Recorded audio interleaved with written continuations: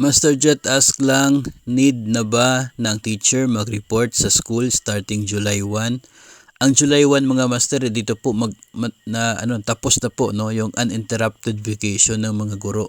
30 days sa June 1 to 30. Pero it does not mean na you are already required na pumunta ng paaralan.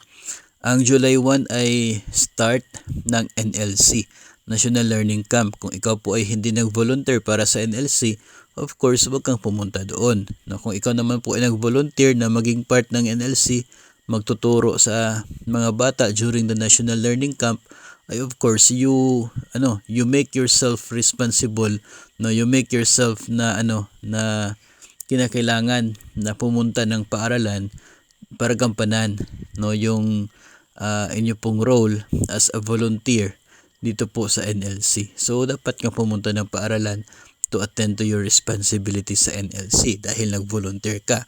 No, pero kung hindi ka nag-volunteer tapos ayaw mo pang magbrigada sa classroom mo or whatever na reasons, ay manatili ka na lamang po sa inyong bahay at ipagpatuloy po yung bakasyon. Because July 1 to 28 is still part of the vacation ng mga teachers. Pag may mga activities po tulad ng Brigada Eskwela, NLC, man po na activities dyan, ay dapat meron pong approval ng SDS po ninyo na mabigyan kayo ng service credits. No, automatic na po na may service credits ang NLC at yung Brigada. Yung other activities dapat may approval po na mabibigyan kayo ng service credits kasi yun po yung magiging kapalit doon po sa araw ng bakasyon na supposedly on vacation kayo pero pumunta kayo ng paaralan.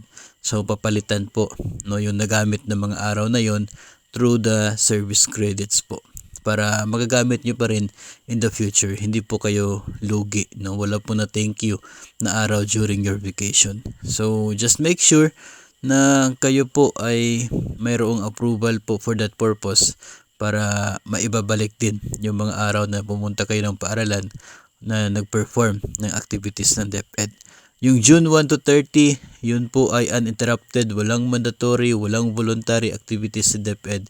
Pagpasok ng July 1, dito po magsisimula yung mga activities na related sa Department of Education at magsisimula nga po dyan yung ito pong NLC.